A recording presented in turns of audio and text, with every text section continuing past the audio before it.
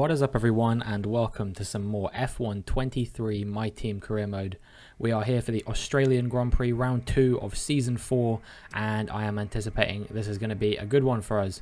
I typically do quite well at the Australian Grand Prix. Last season, I believe that we were fighting in the points for a long time. I don't think we finished there at the end of it, but I think that was due to some misfortune, if I remember correctly, and I think otherwise we probably would have been finishing in the points. So we look forward to the next season, or the next race, which is obviously the Australian Grand Prix, and hopefully we can actually grab some points this time.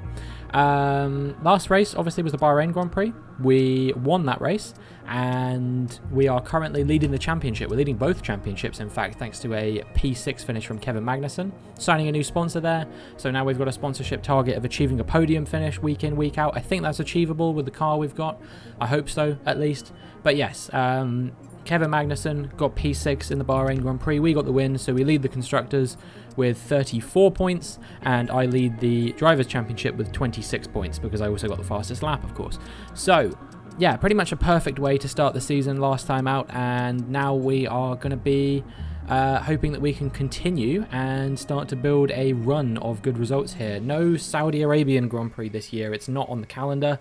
So yeah, we're moving straight into the Australian Grand Prix. Thanks. I think that this has the potential to go somewhat well for us, but yeah, there was the issue last season, if I remember correctly, of us not really having the pace to contend. I hope that that is a thing of the past now. You might have seen there I was doing a personnel upgrade as well, so hopefully our pit stop errors will be reduced. We did of course have a pit stop error in the previous race, so I'm hoping that that will be a thing of the past as well, and now we're just fast forwarding through the rest of the time. Got a few more events to do. We're going to be boosting our team acclaim a little bit. We're close to level 25, and when we reach 25 that's going to be really good, because it means that we can bring one more sponsor on board. Just looking at the prices of some things as well, the next upgrade I want to get is $10 million, so it's going to be a little while before we're going to be able to afford that. We'll probably get that after the halfway mark in the season, I imagine, just to make sure that we can definitely re-sign Kevin Magnussen at the halfway point of the season. I think no matter how poor he does, we will re-sign him. But I mean, he was pretty good. You know, he went from what, P8 to P22 to P6 in Bahrain. So if he can have those levels of performance week in, week out, then hopefully we should be getting double points finishes every weekend, which we're going to need as we fight for P3 in the Constructors' Championship. I think it's going to be quite tricky, so we're going to need myself and Kevin firing on all cylinders. And yeah, we are now ready to get into the race weekend proper for the Australian Grand Prix. The target here, I guess, has to be another win. Pretty straightforward. I'll gun for pole position as well in qualifying. Yeah, I think now that we're on 99 difficulty, well, actually, I don't know if we are yet, but we're about to be before we actually get into the race. Now we're on 99 difficulty. I think getting pole positions is going to be very, very tricky, because they say that bumping the difficulty up by 1 increases the speed of the AI in quali laps by about 1/10 for each point. So each point is worth about 1/10 of a second. And yeah, I'm sort of right on the fringes right now of where I can get pole positions consistently.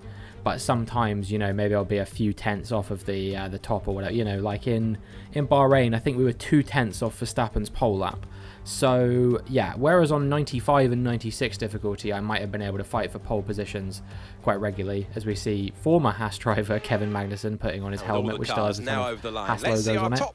But yeah, we might not be able to fight for pole positions as consistently anymore, but fortunately my pace is still pretty good to fight for actual position in the race, and that's where the points are scored. So yeah, I did the practice session. I actually didn't feel quite as hooked up as I have in previous Australia races. The car was sliding about quite a lot. I don't know if that was to do with the setup I was running or what, but yeah, I felt like it was going to be quite difficult to hook up consistent laps. So qualifying may go well, but the race I think is going to be difficult for us. We're going to do a couple of upgrades. We have the points to do it. I just kind of forgot that these were a thing that we were able to do. We've got 3 to do. We can do 2 now, and then we'll get that one once we've got at least one of these upgrades on the car, because we don't have the facilities for that effectively. So yeah, now it's time for us to get into qualifying. Like I said, we're targeting pole position, but I wouldn't be surprised if it was maybe only second or third or something like that. I don't think it will be much lower down than that because, like I said, I know I have the potential to get a lap hooked up in qualifying. It's not qualifying I'm worried about, it's the race that I'm really worried about. I don't know if we'll quite have the pace to sort of keep the cars behind us in the race. Because of the fact that I've been quite inconsistent around here. So we'll see. We're on a fresh set of soft compound tyres to start, and it's a 1:15.6 to kick off the session, which is the fastest lap of the session as I set it. But I wouldn't be surprised if at the end of the session some people had gone a little bit faster than that. And lo and behold, we were down in P5 at the end of the session, but we are improving on this lap by about 6 tenths of a second, something like that, yeah. 5.5 tenths of a second as we come on the run to the line. It's a 1:15.0, and that is good enough to put us P1. Nice. So we were fastest in Q1. That's what you like to see, and hopefully we can repeat that in Q2 and Q3. Kevin Magnussen only P13, so hopefully he can find a bit of improvement in time for Q2. Meanwhile, the eliminations here were Joe Sargent, Lawson De Vries, Fittipaldi, and Stroll.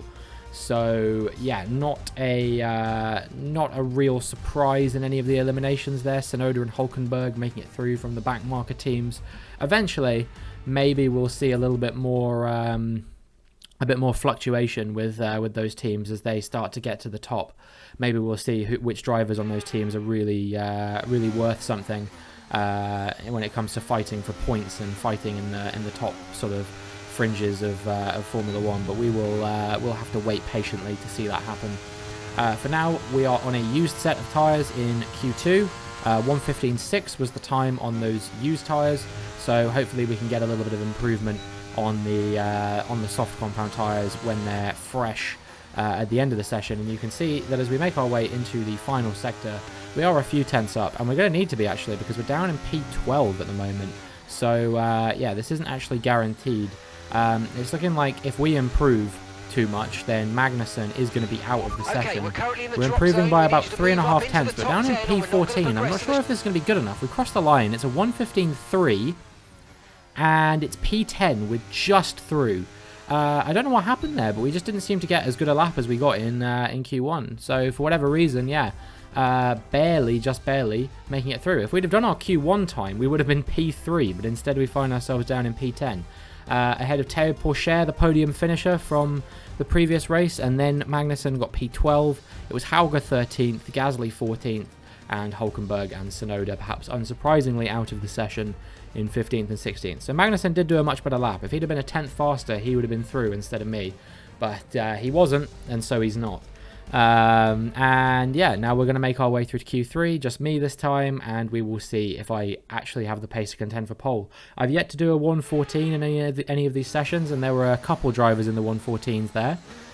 So I wouldn't be surprised if pole is a 1:14 something here in Q3. We got quite blocked on our first run by Max Verstappen there, so it's going to be an unrepresentative banker lap.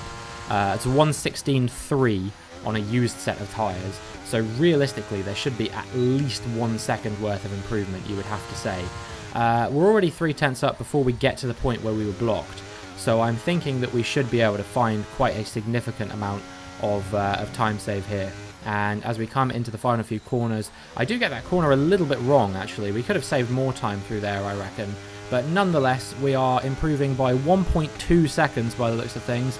And as we cross the line, it's a 1:15.0, and that is good enough to put us P6. Okay, not quite what we were looking for, but were we at least sort of close to the cars ahead of us? And with qualifying complete, let's review our top 3 today. Perez, Norris, and Alex Albon. With qualifying complete, all that remains is the main event. We'll be live and uninterrupted for the Grand Prix tomorrow, so make sure you join us then. You know, I have to say, I don't think even if I had have done a time that was truly representative of everything I put on the table, I still only think that would have been about P4.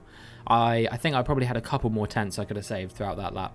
So yeah, well, congratulations to Albon for making it into the top 3 in qualifying in that McLaren. Great stuff from him. Perez obviously getting pole there, and yeah, we will see if the Red Bull can hopefully have a better result than they had in Bahrain, because they had a really, really shockingly poor result in Bahrain. It was quite disappointing for those two drivers to not even be in like the top 5 come the end of the session. I'm sure that's not what they would have wanted, especially after they came agonizingly close to the championships last season. But in any case, from P6, I don't know if the victory is still on, but you never know. I went from P7 to P1 at one point in Bahrain, so maybe we can still fight for the win. But in any case, a podium has to be the minimum here today, and we'll see what we can do as we get into the Australian Grand Prix.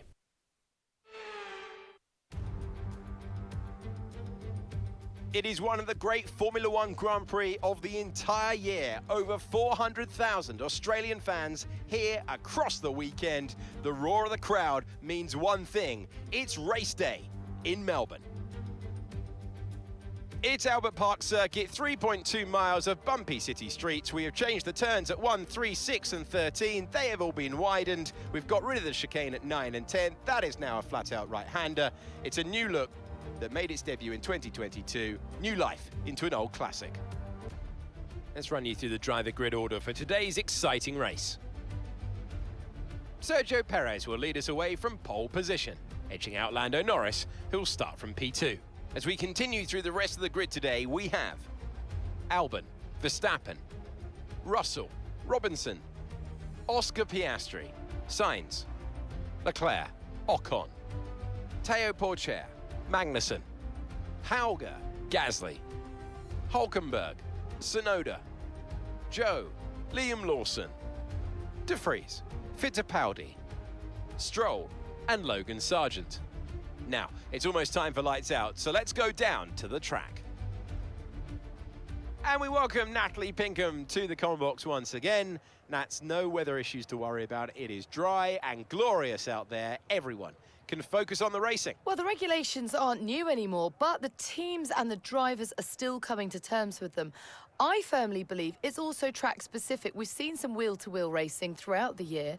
Some tracks lend themselves better to it than others. I'd like to see it at every race in the whole season. Is that too much to ask? After the points finished last race, let's aim to keep that momentum going. So we're going to be starting on the medium tyres and going on to the hards, much like we did in Bahrain. In fact, the number of laps is pretty similar as well, so it is going to be just a straightforward half distance on mediums and then the other half on hards. So obviously there was a red flag in Bahrain, there was actually 2, which changed the dynamic of the race a little bit. We ended up doing a medium, hard, soft, if I remember correctly. So yeah, who knows what it'll bring in this race, whether we'll see more red flags or whether things will be a little bit more straightforward and we can just focus on pure racing. The goal here has to be at least to get ahead of George Russell off the start, and anyone else I can jump off the start will be a great bonus. So now we are going to get ready to go as we get ready to go racing in the Australian Grand Prix, and the lights go out. And we've had a very good getaway, but George Russell had a great getaway there, getting blocked by his teammate Perez, who went absolutely nowhere off the start, and already there is a virtual safety car. Someone's out of the session, and yeah, we did get ahead of Verstappen there, but we had to give the position back because it was an overtake that was technically made after the VSC was deployed. And so yeah, we find ourselves in P4 off the start, Perez all the way down to P6 from P1. He will be very, very disappointed with that. And yeah, now we are just going to keep cruising around under the VSC. We'll see what happened off the start there. Why was there a virtual safety car? Who retired from the Grand Prix? It was one of the Williams there, went into the back of his teammate. I think that was Fittipaldi, went into the back of Lawson and just absolutely decimated his car. Tyre came off and everything. So yeah, I'm surprised that was only a VSC, to be honest with you. I would have thought we'd need at least a full safety car, if not even a red flag for that. So yeah, a little bit surprising. But yeah, now we just get ready to go again as the VSC is ending, and we'll make sure we stay with these guys. But I accidentally lifted off there at the worst possible time. Now we're coming under pressure from Oscar Piastri. I think we're just about going to withstand that pressure, but Verstappen is now 7 tenths up the road, and we are a long way off the top 3. Norris leading the race. He will be pretty happy with that after how badly last race went for him. With his teammate in his debut race kind of clowning on him a little bit. Albon here in P2 with his teammate Piastri in P5, and then we have Verstappen here in P3. We were of course racing with him in Bahrain as well, and well, it looks like we may have the privilege of doing the same thing here if he doesn't break away from us, as Lando Norris unsurprisingly sets the fastest lap of the Grand Prix. Piastri was looking like he was going to go for a move up the inside, backed out of it in the end, and yeah, we stay in P4. Moving on now to lap 4. And, well, Verstappen, Albon and Norris have broken away a little bit. There's a clear front 3 fighting here. We're not part of the podium battle, which is a bit frustrating, but maybe we'll be able to get back in there with some strategy and stuff like that. But Oscar Piastri is going to go and look for a move up the inside of me, and almost actually pulls it off. Not quite, but it was certainly a little bit nervy for a second there with Oscar Piastri. I thought he might actually pull that one off. And I wouldn't be surprised if that's not the last we saw of him, as we got way too tight to the inside of that corner. I turned in far too early. That's going to compromise my whole run here up to what I believe is now turn 9, if I remember correctly. And unsurprisingly, we see Oscar Piastri come through for P4, and now we're going to have to try and stay with him to see if we can fight him back and overtake him, so we don't lose too many positions here. But yeah, that was just all my fault. I just turned in far too early to the corner, and subsequently gave up the position to Oscar Piastri. Now coming under pressure from Sergio Perez, he's going to go and look for a move up the inside there. Unsurprisingly, that one didn't really work out for him, and now he's been passed not only by George Russell but also by Charles Leclerc, and so his day just goes from bad to worse. Sergio Perez, within 4 laps, he's gone from P1 to P8. And well, I imagine that without making a few overtakes, he's not going to really make up any more positions. We move now to the end of lap 7 and start of lap 8. We've managed to stay in the DRS range of Oscar Piastri, and that's allowed us to keep George Russell behind for now. But well, I'm really struggling on these tyres. I don't know what it is, but yeah, they seem to just be sliding around quite a lot. There's a yellow flag behind, and I think that's for Leclerc, who must have had a moment there. George Russell looking up my inside for a move there potentially.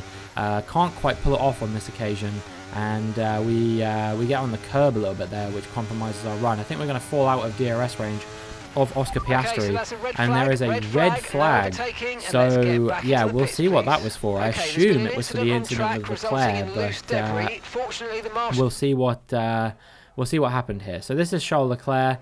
We've got the white rear wing Ferrari at the moment, and yeah, into the first couple of corners he just gets on the curb a bit too much, loses the back end, and he's facing the wrong way on a Formula 1 track, which is a very, very scary position to find yourself in when you can see all the cars coming towards you, potentially about to collide with you head on. But fortunately that doesn't happen in this occasion. He's just waiting for all these cars to come through so he can get out of the way, and yeah, he eventually brought out the red flag as a result of that, because he was stopped on track for a bit too long. And now we're looking at the strategy once again, and they're suggesting that we go onto the hards for the remainder of the race. I think that's probably a pretty good idea. 20 laps on the hards, I think they can definitely do that much. And yeah, we should be able to get to the end. Everyone else going for the hards. We'll see what we can do as the lights come on again. And the lights go out, and we've had another good getaway here. Lando Norris again, the pole sitter, just both times absolutely shocking starts. So Albon now leading the Grand Prix. We bang wheels a bit there with Max Verstappen. He kind of turned in on me, I think. There was not really much I could do to avoid that, but we are up into P2 off of this restart, and Alex Albon is leading a Formula 1 race. I think that he will want to hold on to this. You know, maybe I can help him out a little bit, my former teammate in F1 22 for a few seasons, but the help I can give him will be very short-lived, unfortunately, because as we make the restart, my engine is gone, and yeah, that is going to be the end of our Australian Grand Prix on lap 10. I don't know how or why that happened, but it has happened, and there is nothing we can do about it, and a great opportunity to score more points here is going to go unrewarded. Because yeah, we aren't able to continue, unfortunately, so we will be pulling off to the side of the track, and that will be the end of it for us. Really, really frustrating, really disappointing, but these things happen. You know, I would rather they happen at the start of the season when it's still quite low stakes, rather than end of the season when it could end up having an impact on my championship. You know, at this point, I'm just trying to gun for all the best results I can possibly get. But obviously, when you have a clearer picture of how the championship is shaping up, things can be a bit different. A great race then, and a fantastic victory here at Albert Park. So, Natalie, what made the difference out there today? Well, they managed their tyres to absolute perfection. A tyre whisperer, in fact. And that is what set them apart.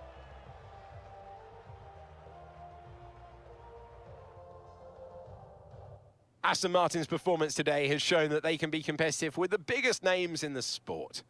They're making their way out onto the podium now as we speak, and the reaction from the crowd must be incredibly uplifting for them. Sadly, Albon could not hold on from his former teammate. It is Max Verstappen who claims the victory here in Australia today. But we do have Albon on the podium in P2 at least, and he is joined by his teammate Oscar Piastri in P3. A double McLaren podium. They will be very happy with that for their championship chances, especially after they had a bit of a difficult race with Piastri failing to score points in Bahrain. But yeah, good win for Verstappen. So let's review the drivers' standings. Today's performance means that Max Verstappen now owns the top spot in the Drivers' Championship. Let's focus on Driver of the Day, Natalie Pinkham. Come on, who do you pick? Max Verstappen seemed to just effortlessly weave through the other drivers today without a care in the world. He was definitely my driver of choice. It's time to see how things are shaping up in the Constructors' Championship. Aston Martin move up to the top of the standings. There was also a strong showing from the McLaren team today as they make their way up the standings. Well, that certainly was an exciting weekend of Formula One. Be sure to join us for more exciting Formula One action very soon. Well, Kevin Magnussen picked up a P8 finish there, which bagged him 4 points, which means that we aren't going away empty-handed from this Grand Prix, but certainly it's not quite what we wanted. Meanwhile, Aston Martin have taken over the lead of the Constructors' Championship and the Drivers' Championship with Max Verstappen as well. Perhaps quite amusingly, considering that, well, actually only Max Verstappen has scored points for that team so far. Hauger still pointless after the first 2 races. Maybe Max Verstappen can do what he is doing in real life at the moment and single-handedly winning his team the Constructors' Championship with no input from his teammate. But, you know, still 21 races to go and a lot of things could happen over the course of the season. But that is going to be it for this video. So if you enjoyed, make sure you like and subscribe. Next up is China, and hopefully I will see you in the next one.